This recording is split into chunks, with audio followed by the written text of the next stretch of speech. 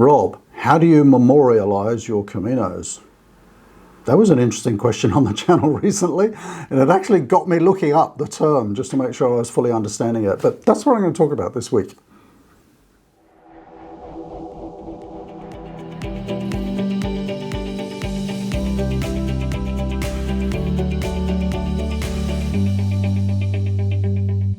So a viewer recently asked, Rob, how do you memorialize your Caminos? Now, I have to say the question threw me a little bit because memorializing to me is really related to people, you know, and monuments to people who've passed and so on. But I guess it's equally applied to events and experiences.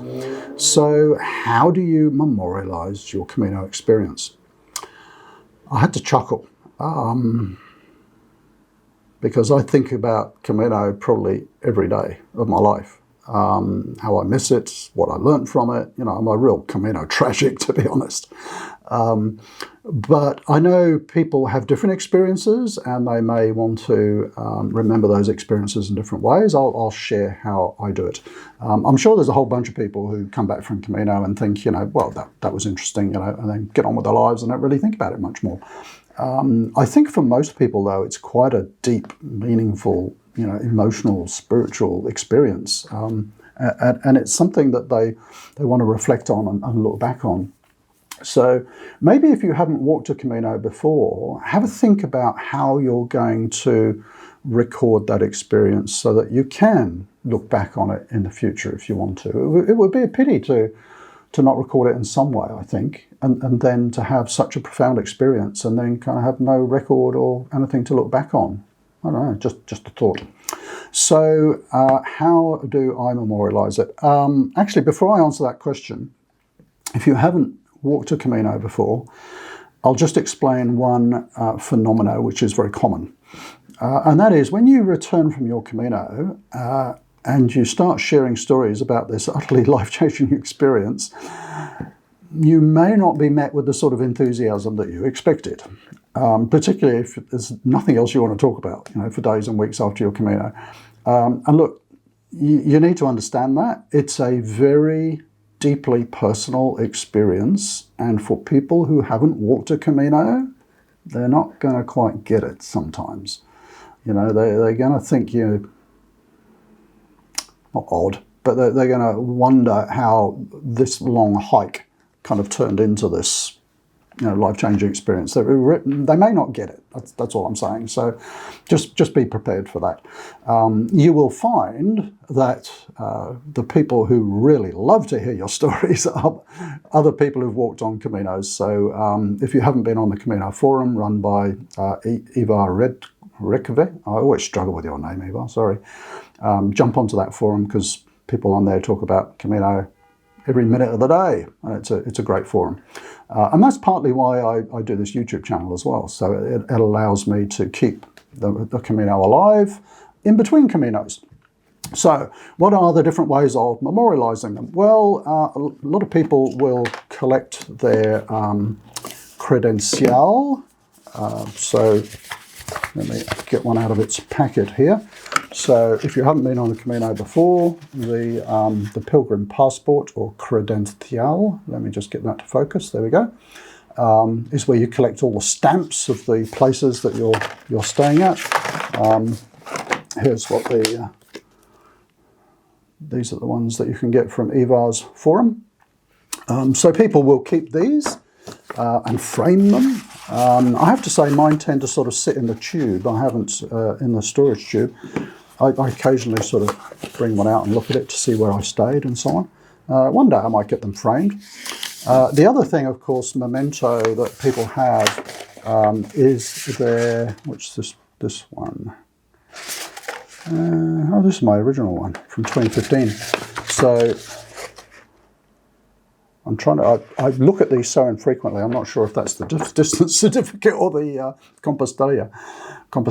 So you get your certificate of having walked the Camino and also your distance certificate. You know, so these are nice mementos, and very often people will frame these and put them on the wall. You know, I'll get around to it sometime. I do treasure them, but I tend to just keep them in the tube. Why don't I put them on the wall? I don't know.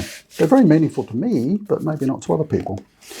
What else do people do? I have Camino knickknacks all over the house.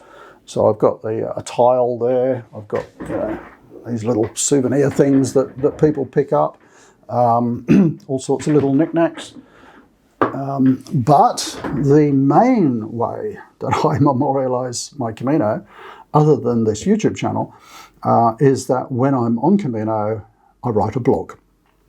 And I'm very lucky that I have someone back home who's able to help me with that. So it's a very live blog. When I'm walking, it's probably only 24 hours or so out of date. So I'm using my phone to take lots of photos and video. I love taking video of the journey, particularly as I like to walk alone. And it's weird. I kind of treat the camera a little bit like a companion that I'm walking with.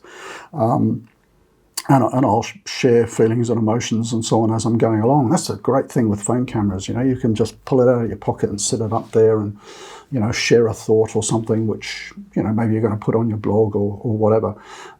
So my blog is really the way that I memorialise my Caminos. And I make a point of putting entries on the blog every day. So, I mean, I could do it on my phone and sort of write stuff. I'm not very good at that, so what I do is I actually record in the moment. I use the voice recorder on my phone to record my thoughts or, what may have been happening that day.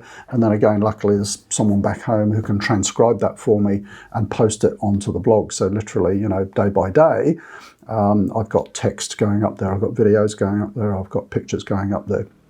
The main reason I did a blog for my very first Camino was I wanted to record the journey. I wasn't quite sure what I was going to do with the blog, but I wanted it more for family and friends who were back home so that they could share the journey with me. And that's why I would do sort of daily entries. And it even had a map showing where I was each day. That got a bit spooky. I had a guy from work comment on the blog saying, "Oh, I can see exactly where you are." It's like, whoa, strange.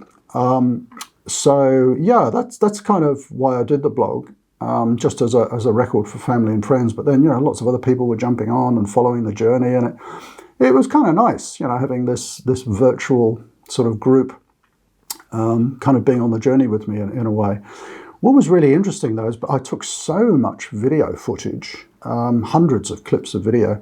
When I got back, one of my team at work, we create a lot of videos for work, so I have a video editor at work, and she said, "You got some very interesting clips here. We could kind of make a mini movie out of this." And so what Mabel did, she created kind of almost like a documentary movie of that very first journey.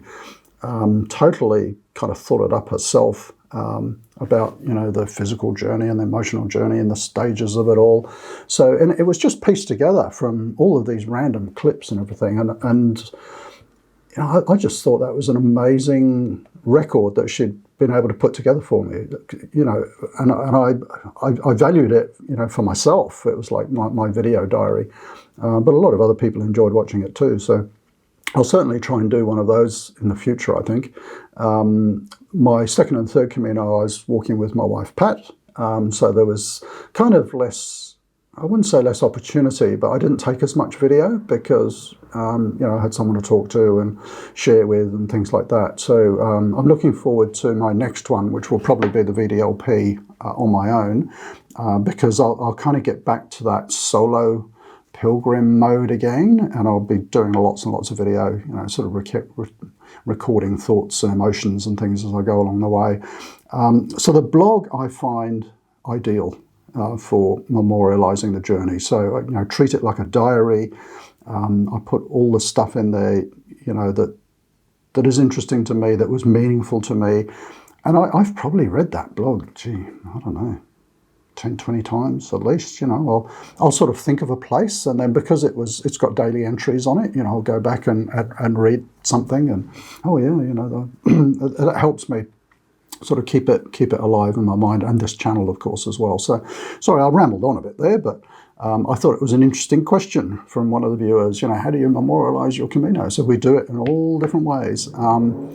So I suppose my parting comment would be, if you are planning to walk your first Camino,